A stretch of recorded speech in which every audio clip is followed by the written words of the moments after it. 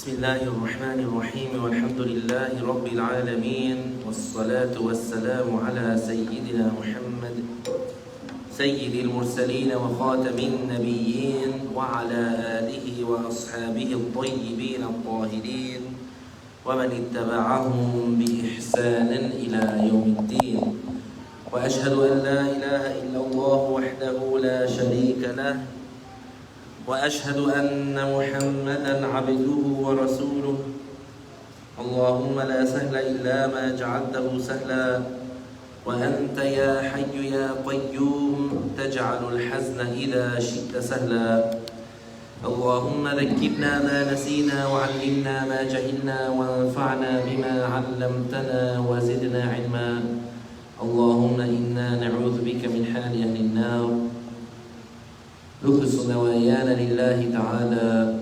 I praise Allah, I glorify Him, and I thank Him for all the blessings that He gives without Him being obligated to give anything. And I ask Allah Ta'ala to raise the rank of our beloved Prophet Muhammad sallallahu alayhi wa sallam and to protect His Muslim nation. I testify that no one deserves to be worshipped except Allah Ta'ala, the one without a partner, the one without an equal, the one without a similar, the one who is unlike anything in the universe and nothing in the universe is like Him. He has no father, no mother, no sister, no brother, no son, and no daughter. He exists without time and place because He is the creator of time and place. He does not reside above the throne like the Christians say, and He is not attributed with fatigue like the Jews say. Our Lord is glorified beyond any imperfection that the non-Muslims attribute to Him.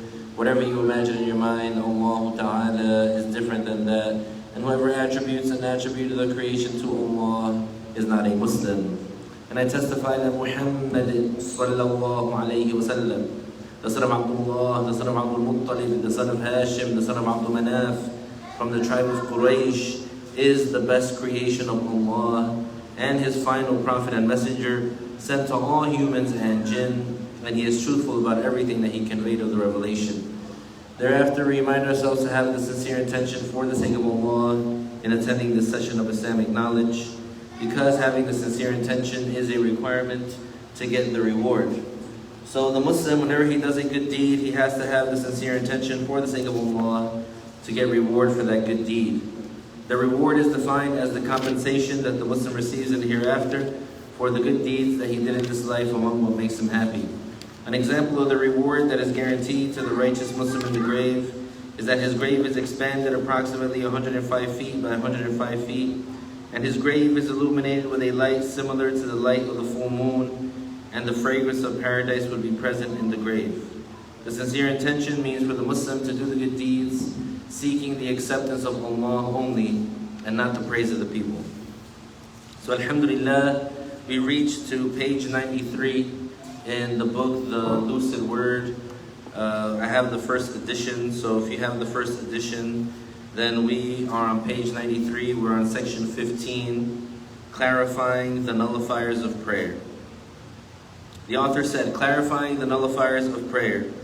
The prayer is nullified by uttering any expression within the broad scope of human speech, excluding dhikr, supplication, and reciting the book of God. Yani reciting the book of God means reciting the Quran.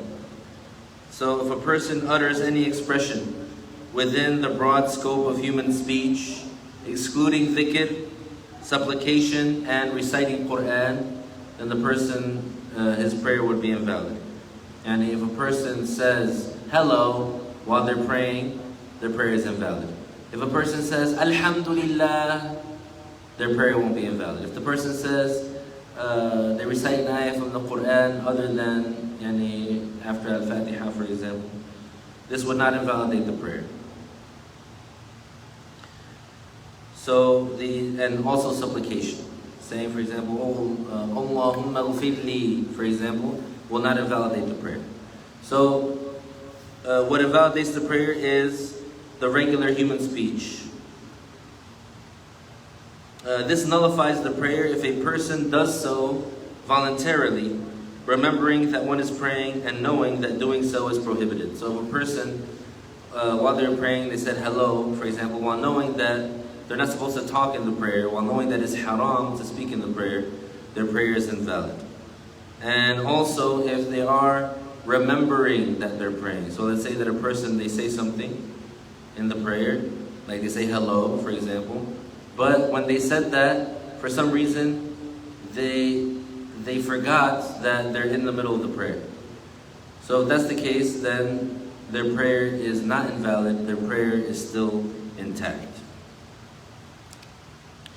The prayer is nullified by speaking in as much as 2 letters, whether they carry a meaning or not. So if you say 2 letters, and it was considered to be 2 letters, for example in Arabic, like when you say, for example, ba, this is 2 letters. Or abid. Or, for example, bet. These are 2 letters. In English, that also exists too. That also exists as well. So if you say any 2 letters, even if they're not words, even if they don't make any sense, even if it's gibberish, like if you say pa, for example, or something that doesn't make sense in any language, 2 letters, this invalidates the prayer. And also, it invalidates the prayer to utter a single letter with the condition that this single letter carries a meaning, unless the person forgets that they are praying and the statements uttered are few. So in the case of the single letter, we have an example in the Arabic language.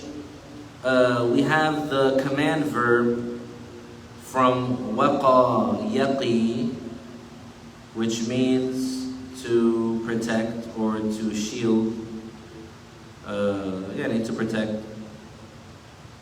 And so if you're going to order 1 meal, you take the form of the present tense, yaqi, you delete the letter of present tense, harful mudara'a, and you make the end of the verb majzoom. And the way that a verb that has a letter of elongation at the end as its 3rd letter, the way you make it majzoom is that you delete it. So you deleted the front, you deleted the ya al-mudara'a, so now it's qi, and then you make the verb majzoom, so now it's qi. Just a qaf with a kasra. This is 1 letter with the 1 inflection, qi.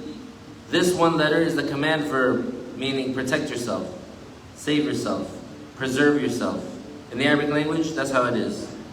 1 letter. Now 1 letter in English that has a meaning, mashallah, like the letter I.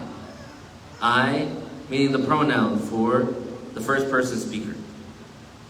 So, if that happens, if the person in the prayer, while remembering that they're praying, and voluntarily, it wasn't like they were overwhelmed, it wasn't like they were forced, it wasn't something that was under their control.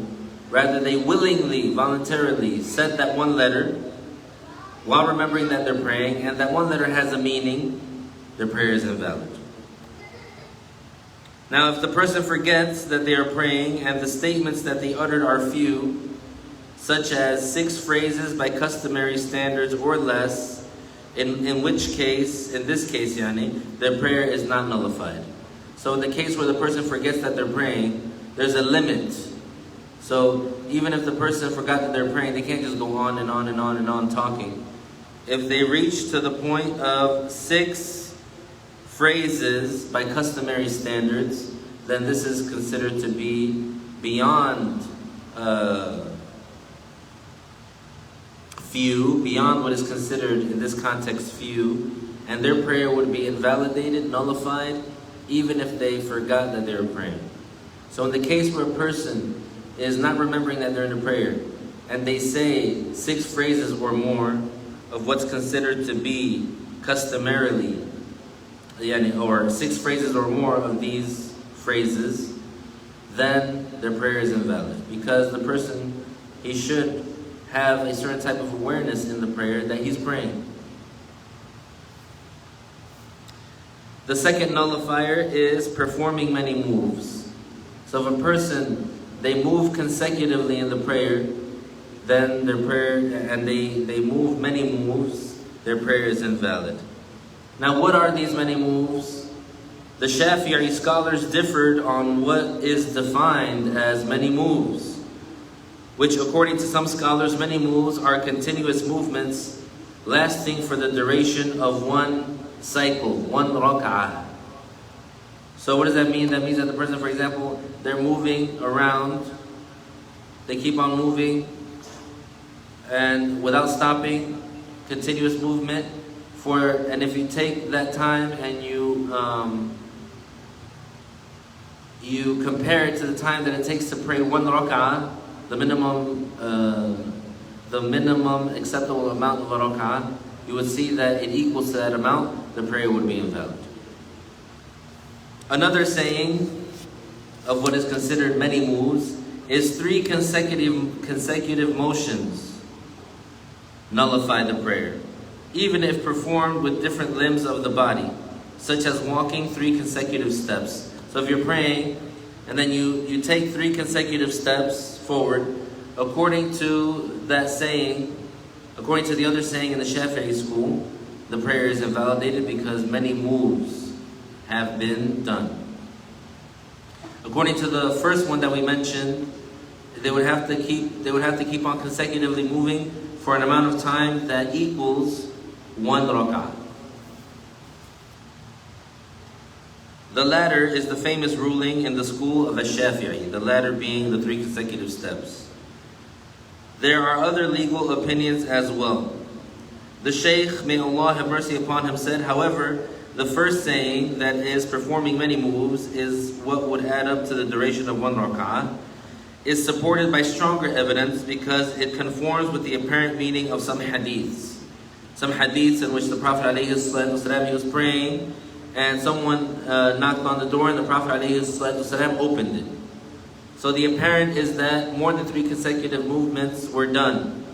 And also the scholars that they say the 3 consecutive movements, it invalidates the prayer, they made an interpretation to this hadith. They said that the Prophet ﷺ, he opened the door without doing 3 consecutive movements. So they don't deny the hadith, they just interpret it. But the apparent is that it was more than 3 consecutive movements. The third nullifier is performing a single excessive move, such as jumping. Yani if a person jumps up while they're praying, their prayer is invalidated. The fourth nullifier is adding an extra physical integral intentionally, such as performing ruku'ani, 2 ruku'as in 1 rak'ah in an obligatory prayer. So if the person, they add an extra integral, they made ruku', you're supposed to only make ruku' 1 time during the obligatory prayer. But let's say the person that made ruku', they got back up and then they said, hey, you know what? I'm just going to make another ruku'. They did another ruku', their prayer is invalid. Because that's not the format of the prayer. You can't play around with the prayer. The fifth nullifier is performing a move with the purpose of playing, even if it were not excessive. So if a person, for example, they blinked, for example, they winked at someone with the intention of playing, and to joke around, play around, the prayer is invalidated. If they didn't do it with the intention of joking around or playing around, they did it with the intent, let's not say winking. They did another action without the intention of playing, the prayer is not invalid. So like, let's say if you see a little boy or something like that and you rub his head, not to play but out of, for example, being compassionate, this does not invalidate the prayer. The sixth nullifier is eating or drinking. that is, ingesting food or drink into the body cavities, except if one forgets that one is praying, and it, that is, what one ate or drank, is little. So, eating or drinking in the prayer, it does invalidate the prayer. And this thing that is consumed, for example, doesn't have to be a lot. And it doesn't have to be big. It doesn't have to be like a piece of bread or something like that. It could be something as small as a grain stuck in your teeth, or a sesame seed stuck in the teeth, or something like that. Or the residue of coffee or Coca-Cola or Pepsi or any of these drinks that's mixed together with the saliva. If the person swallows that while they're praying, their prayer is invalid. And this is if the person is remembering that they're praying and they know that this is not permissible to do during the prayer. Now, in the case where they forget that they're praying, they forget that they're in the prayer and they eat, if it's considered a little, then their prayer is not invalidated. If it's not considered a little, their prayer is invalid. The seventh nullifier is intending to interrupt the prayer immediately or later. So if somebody's praying and they think to themselves, like it's their real thought, they say to themselves, I'm going to invalidate my prayer, the prayer is invalid. Because the intention to pray, it cannot coexist in the heart at the same time with the intention to not pray.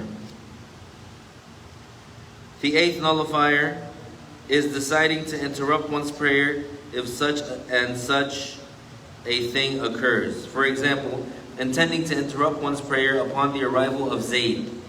Consequently, one's prayer is immediately nullified. So, in this case, the person didn't say, I'm going to invalidate my prayer now. They said to themselves, if Zayd comes, if Zayd arrives, then I'm going to invalidate my prayer. If the phone rings, I'm going to invalidate my prayer. If somebody knocks on the door, I'm going to invalidate my prayer. So even though that thing didn't happen yet, the moment that they think that, the moment that they purposely think that, their prayer is invalid. Also, the prayer is immediately nullified by merely hesitating about interrupting the prayer, unlike an involuntary thought which does not result in hesitation or a decision to interrupt the prayer. So the same judgment applies if the person hesitates. For example, somebody comes and knocks on the door, and it's whatever, an Amazon package or whatever your Uber Eats, and subhanAllah, it is what it is. You have that situation where this would cause you to hesitate. But you hear the knock on the door, and you start to think to yourself, should I stop praying and get it, or should I keep praying? In that moment, your prayer is invalid. SubhanAllah. May Allah protect us. Unlike an involuntary thought, which does not result in hesitation or a decision to interrupt the prayer. Remember, we talked about doubts and involuntary thoughts before. We mentioned that sometimes your thought is yours, meaning you produced it, you actively thought that. And sometimes you're just sitting there and a thought enters your mind, pops into your mind. And sometimes it's the whisper of the shaitan. For those things, the involuntary thought, it's what occurred to you without your will. Something that occurred to you without your will. So you're not judged just for the mere existence of that involuntary thought. You would be judged by how you react to it. And this is something that the companions, they addressed with the Prophet ﷺ. They said, O Messenger of Allah, we find within ourselves things that we are too shy, we don't want to mention them, we don't want to even talk about them because of how ugly they are. And so the Prophet ﷺ, he said, did you find that? Did you really find that? And they said yes, and he told them, this is the epitome of Iman. This is the epitome of belief. And in the fact that they have those thoughts and they feel so disturbed by them, that those involuntary thoughts come and they feel so disturbed by them that they don't even want to talk about it. They don't even want to mention it. يَتَعَاظَمُ أَحَدُنَا أَنْ يَذْكُرَهَا أو كما قال أو كما ورد. It's something that is so to them, so disturbing, that they don't even want to say it, they don't even want to talk about it. The Prophet ﷺ said, is that the case? That would happen with you? And they said yes, and he said, this is the epitome of Iman. Meaning the fact that those involuntary thoughts had that effect on you, this means that it's not your thought. This means that you don't think that. And this means that that thing, you don't like it, you don't want it. Subhanallah. So you would not be judged just for that thought occurring. You will be judged for how you react to it. So, let's take it to the example of the prayer. If the person is praying and all of a sudden he gets a thought in his head, I'm going to stop praying in 5 minutes, or I'm going to interrupt my prayer. That thought that is coming into that person's head, it doesn't affect his prayer as long as he doesn't react to it in a way that it changes him from being certain to stay in the prayer to now hesitating about staying in the prayer, or to now intending to get out of the prayer. If because of the involuntary thought the person changes their situation, now they become affected by it, they will be judged for that reaction.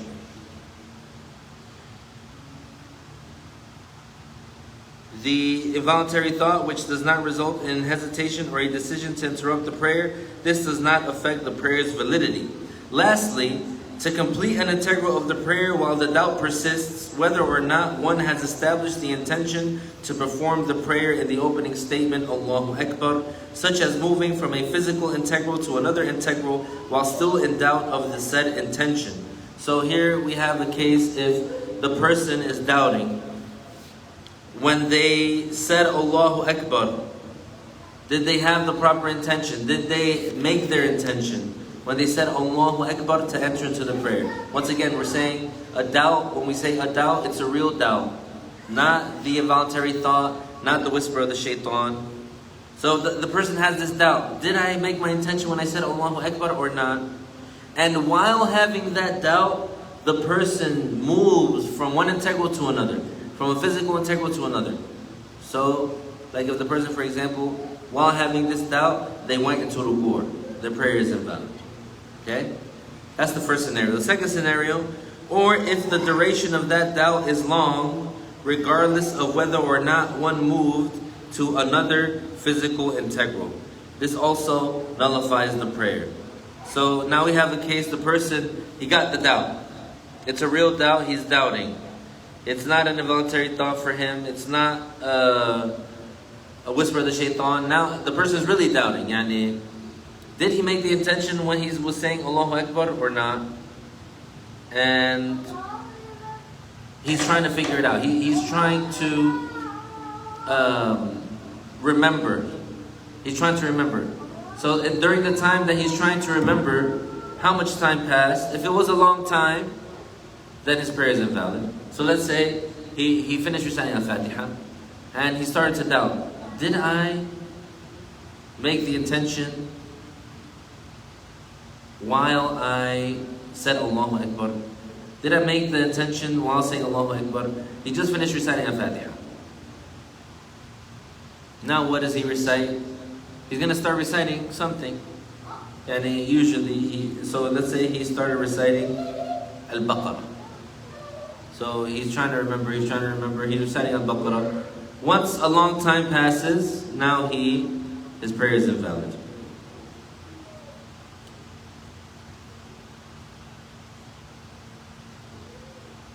فتبطل صلاته بأن يمضي ركن من أركان الصلاة مع وجود الشك في نية الصلاة هل أتى بها أم لا في تكبيرة الإحرام. كبر تكبيرة الإحرام ومثلا بدأ يقرأ الفاتحة، أنهى قراءة الفاتحة، الآن شك هل نويت، هل أتيت بالنية أثناء التحريم، أثناء التحرم في تكبيرة الإحرام.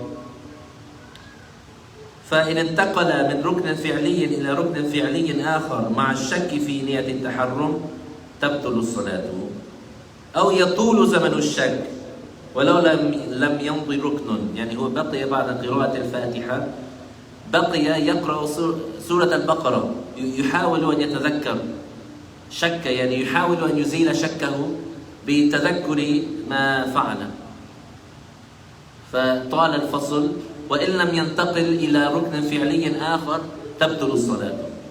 يعني طالت المدة وإن لم ينتقل إلى ركن فعلي آخر بطل الصلاة.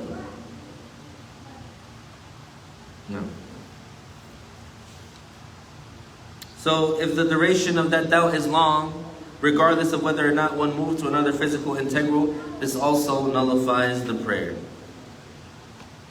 Moving on to section 16, clarifying the conditions for the rewardableness of the prayer. Before we move on, any questions about that we mentioned? Section 16, page 96. Clarifying the conditions for the rewardableness of prayer. In addition to what has been previously mentioned of the conditions in order for the prayer to merit reward from Allah, that is, for the individual praying to be granted reward from Allah, it is a condition to perform the prayer exclusively for the sake of Allah, without seeking the praise of people for praying, or else one would be committing the sin of insincerity. So now we're talking about things that they have to be fulfilled so that the person gets reward. We're not talking about validity. The validity means that the person did the prayer in a way that they are judged, that they fulfilled the obligation of praying. So on Judgment Day, they won't be asked, why didn't you pray? This is called in Arabic, al-ijza. Al-ijza. So now we're talking about the reward, al-thawab. How does the person get reward for their prayer? They have to fulfill these three conditions. Because it's possible that a person does the prayer without fulfilling these three conditions, and his prayer is valid but not rewardable. So on Judgment Day, he won't be asked, why didn't you pray? But he won't get the reward for the prayer. So the first thing is that the person has to perform the prayer exclusively for the sake of Allah. He has to be sincere. And this isn't specific to the prayer only. For any good deed, remember this. For any good deed, in order for you to get rewarded for it, I'm not talking about validity, in order for you to get rewarded for it, you have to have the sincere intention at the beginning of the deed. So if it's one deed, and you don't get it, and you don't have the sincere intention at the beginning, khalas, you lost the opportunity for the reward. If it's multiple good deeds, and you say you forgot, or it's a good deed that has parts, and it's more than one good deed, if you forget at the beginning of one, then you can have the intention at the beginning of the other. But that's why it's important to always monitor your heart, to always think about, why are you doing things? Why are you coming to the musalla and listening to the class? Why are you saying dhikr? Why are you reciting the Quran? Why are you learning more knowledge? Why are you memorizing Quran? Why are you covering and wearing the hijab? Why are you praying? Why are you fasting? Why are you volunteering at Saturday school? Why are you working at, let's say, the Thai school? Why are you doing the things that you do? Why are you going to work every day? Why are you paying the rent and the mortgage? Why are you putting food on the table? For those things, if you do that as, let's say, a husband and a father who is obligated to provide for his dependents, and you have that intention, I'm doing that because it's my obligation, I'm doing that fulfilling my obligation, I'm doing that fulfilling the rights that are due upon me, I'm doing that seeking the acceptance of Allah only, I'm doing that because I want the reward, then this is a sincere intention. And your time and effort was not wasted. So this is an example of a sincere intention. That's when we say, for the sake of Allah. What does it mean, for the sake of Allah? And you're doing it with sincerity, not for the praise of the people. The one who does the good deed seeking the praise of the people, he has not been sincere in that. He's not doing the deed for the sake of Allah. He's doing the deed for the praise of the people. For the sake of Allah means to do it for the reasons that the religion tells you to do it for. To get reward, to fulfill the obligation, because it's good, because we're ordered to do it, to obey Allah, to fulfill the obligation. This is all an example of a sincere intention. It is also a condition for one's food, which is in one's abdomen while praying, clothes, which is worn while praying, and place of prayer to be permissible. So, when the person, let's say they eat haram food, and they have that food inside their stomach while they're praying, they don't get any reward for that prayer. If they are wearing haram clothes while they're praying, they don't get reward for that prayer. And the place where they're praying is haram for them, then they get no reward for that. What's an example of that? An example of that is like a person who's a squatter.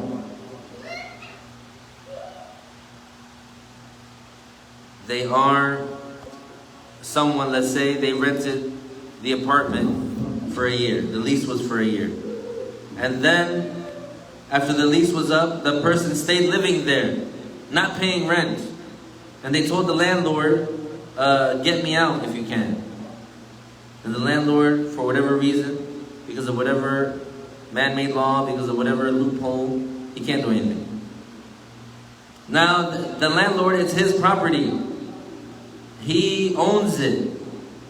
He has the right, after the lease is over, to live in it himself if he wants, or rent it to somebody else. But that person, that squatter, he just stayed there and kept living there without paying rent, subhanAllah. And that landlord, he still has to pay what is owed on that. So it's haram for that person to stay there on that property when the owner doesn't accept. So any prayer that he does in that apartment, he won't get any reward, subhanAllah.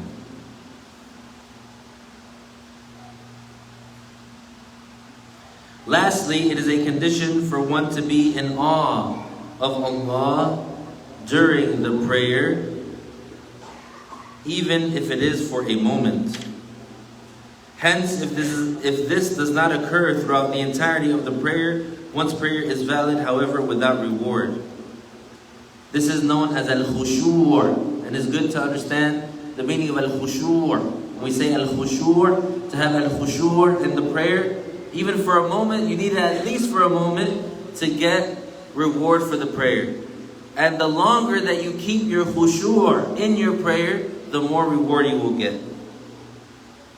The aforementioned feeling of awe is to feel fearful reverence. Fearful reverence. This is the term that we're going to use for khushu' in English.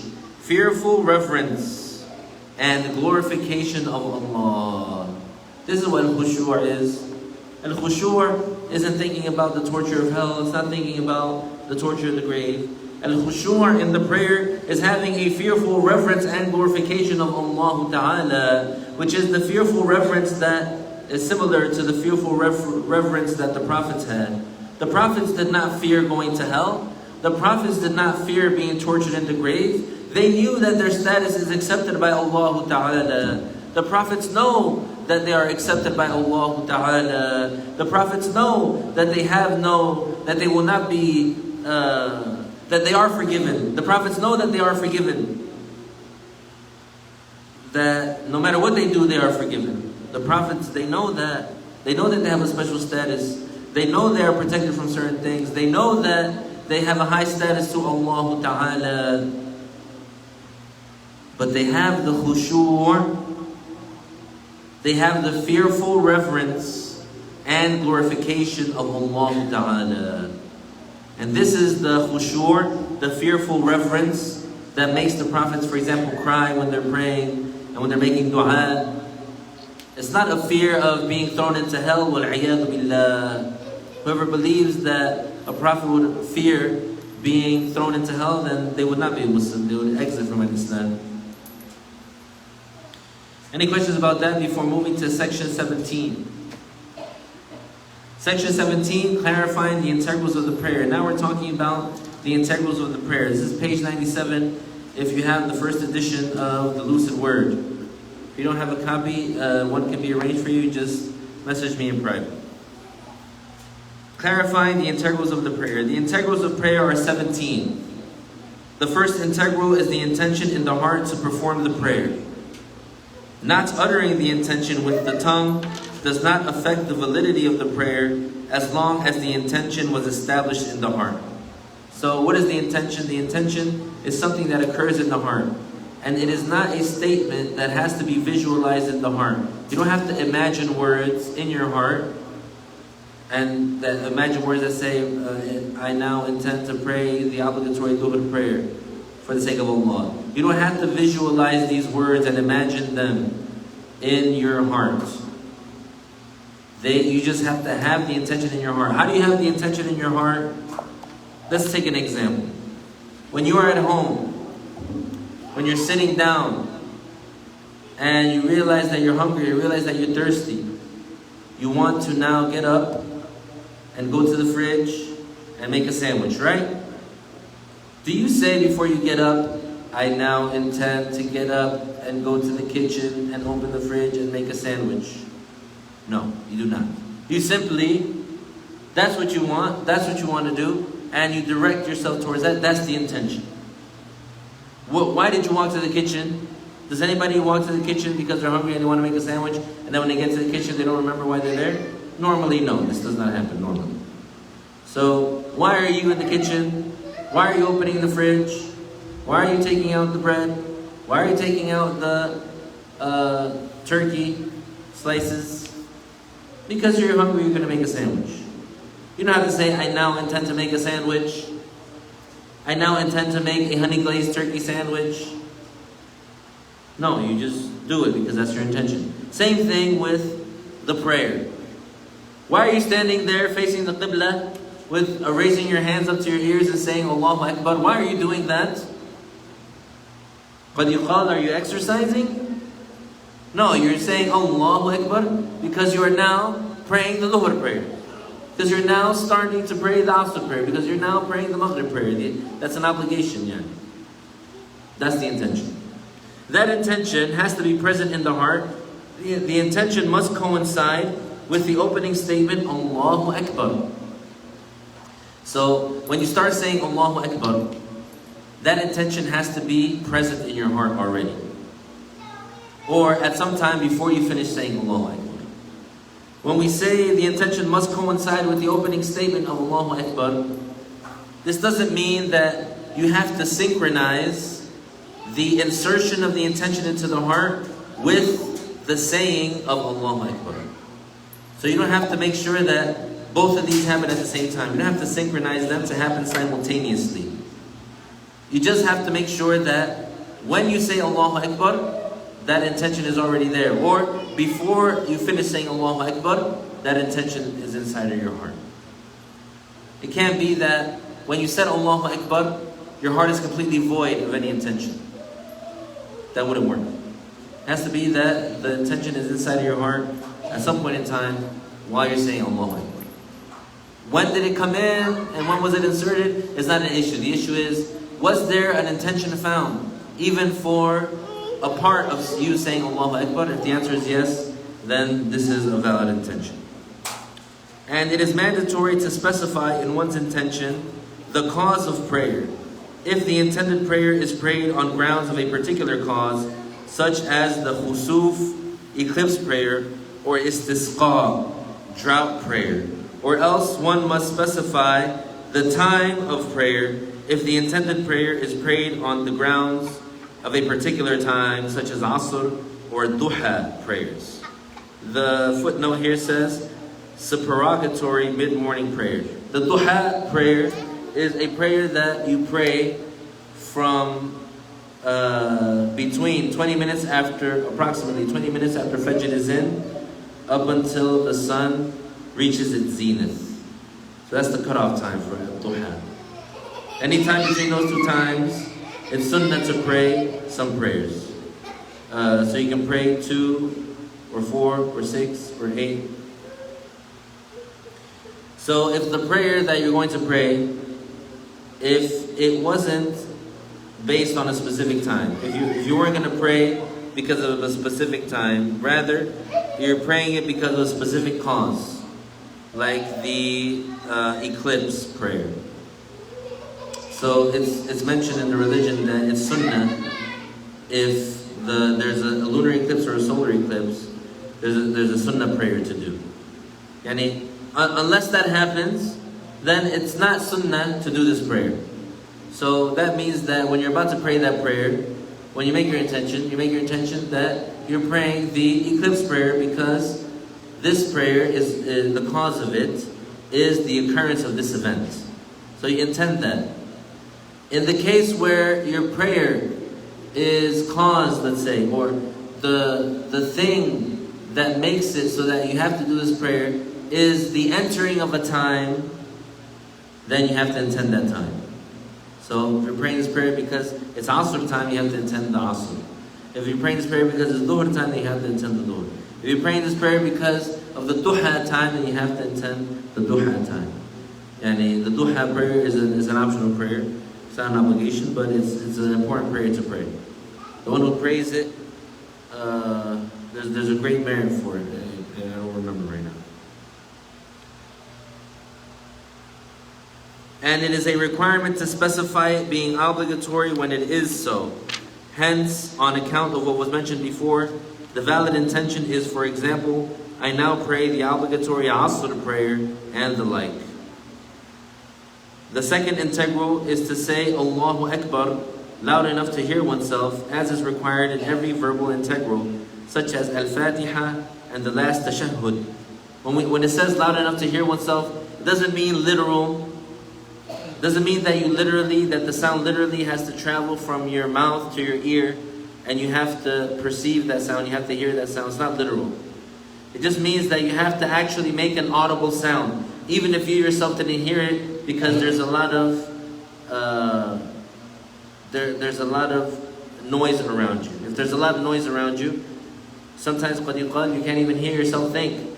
But if the room was completely silent, you would be able to physically, literally hear it. That's what's meant.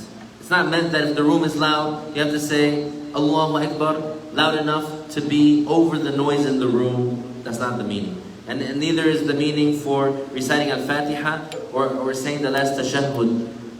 Because you have to recite Al-Fatiha loud enough to hear yourself. That doesn't mean loud enough to hear your neighbor. So keep that in mind when you're praying in Jama'ah. You're praying next to someone, you're standing next to someone. If they can hear you reciting Al-Fatiha, you're reciting too loud.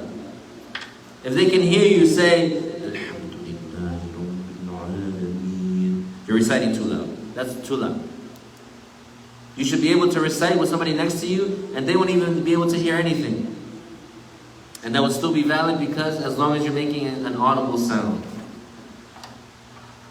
I'll talk more about that inshallah and about the details of pronouncing Allahu Akbar properly, because now we're in the integrals of the prayer. This is very important and we'll get into more details. We'll stop here for now for today. If there are no questions, we'll conclude.